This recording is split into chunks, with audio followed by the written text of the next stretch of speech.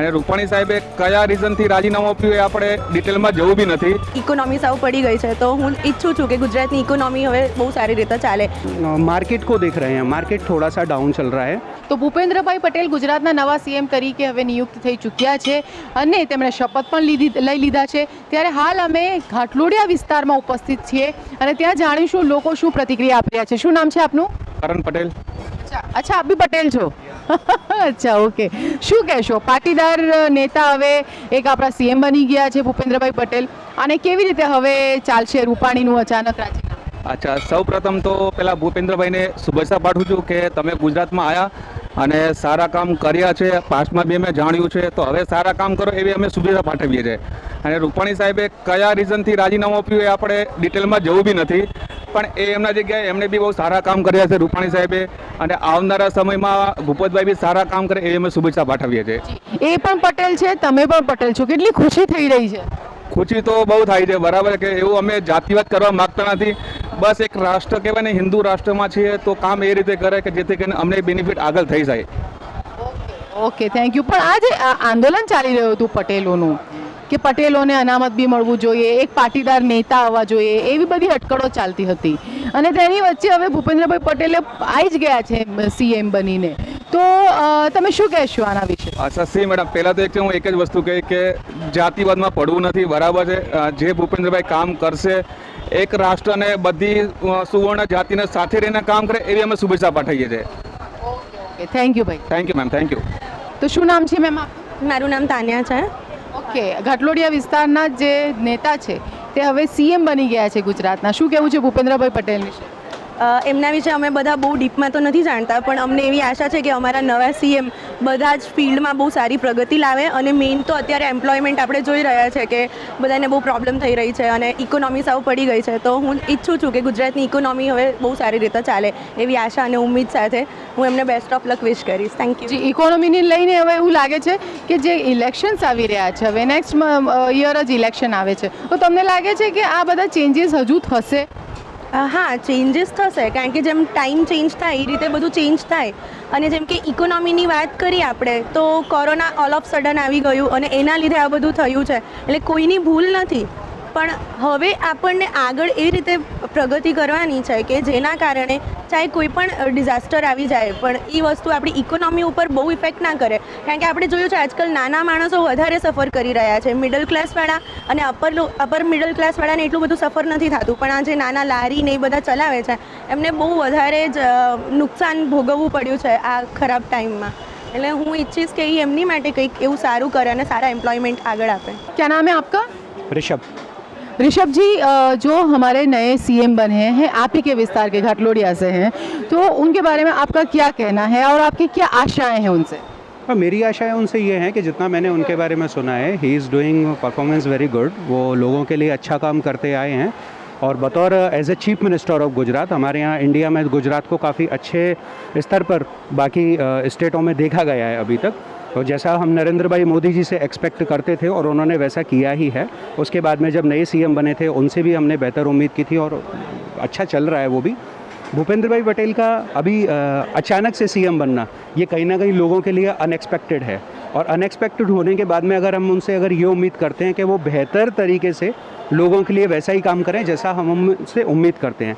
जैसे हम अभी अगर मार्केट को देख रहे हैं, मार्केट थोड़ा सा डाउन चल रहा है.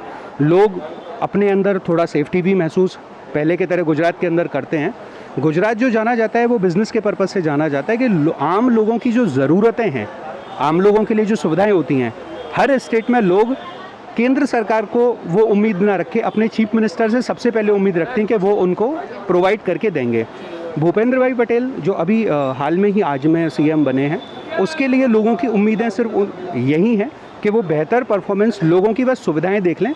हम उनको वैसे ही सपोर्ट करेंगे जैसे हम नरेंद्र भाई मोदी जी को सपोर्ट नहीं करते, हम उनके काम को सपोर्ट करते हैं. वो जो हमारी बात सुनते हैं, समझते हैं, जो आम इंसान का मतलब सिर्फ यही नहीं होता कि आम इंसान लाइक पैदल चलता है. It's not like that.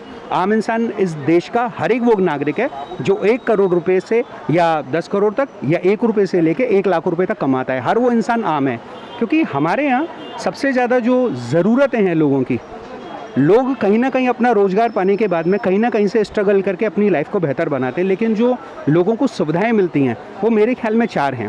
पहला सिक्योरिटी, दूसरा उसका लॉ, और तीसरा उसके जो चीज़ें जहाँ भी वो जिस ट्रांसपोर्ट से जा रहा है, या उसके अलावा छोटे मोटे जो एक्सपेंसेस उसके होते हैं, जो उसमें टैक्स वगैरह जो लगता है, उसको थोड़ा सा बस कोशिश करके बस लोग उसको अफोर्ड कर पाएँ। पब्लिक कोरोना की वजह से बहुत मार पड़ा है। आप तो बिजनेसमैन है, व्यापारी इंसान है, तो आपको तो पता होगा। तो आपको क्या लगता है, जैसा कहा जाता था कि गुजरात सरकार फेल हो गई कोरोना में और इसलिए नए सीएम को लाना पड़ा, आपका क्या कहना है? देखिए, फेल होना ऐसी बात नहीं है। हम अपनी तरफ से पब्लिक को जैसा आपने पब्लिक को जागरूक किया, पब्लिक ने अपनी तरफ से बेस्ट किया। लोगों ने कहा आप मास्क लगाओ, ज़रूरी नहीं है 100% लोगों ने किया। जिसको अपने ऊपर कॉन्फिडेंस था, जिसको भरोसा था, जो समझा, जो नहीं समझते हैं उनके बारे में मैं कुछ नहीं कह सकता, लेकिन जो समझते हैं उन्होंने ही गवर्नमेंट के सारे इंस्ट्रक्शंस को माना और उसको फॉरवर्ड भी किया, आगे लोगों तक पहुंचाया।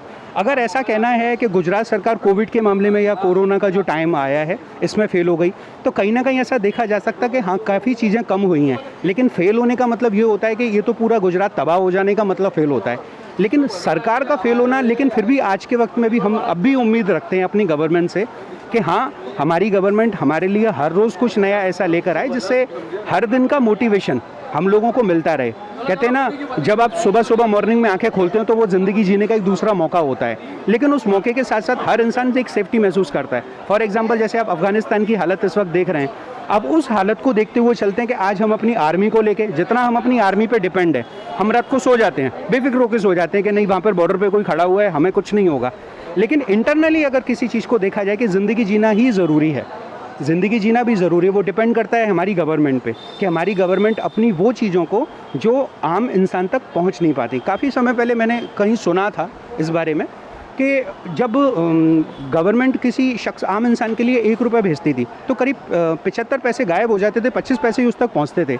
लेकिन आज इस डिजिटल मार्केटिंग हुआ या डिजिटल, मतलब हम जिस साइंस की दुनिया में जाने लगे हैं, हमें एक जगह से दूसरी जगह को किसी को भी मैसेज पहुंचाने के लिए चंद सेकंड ही लगते हैं, लेकिन लोगों तक वो जागरूकता पहुंचाने का काम जो है वो सरकार का है।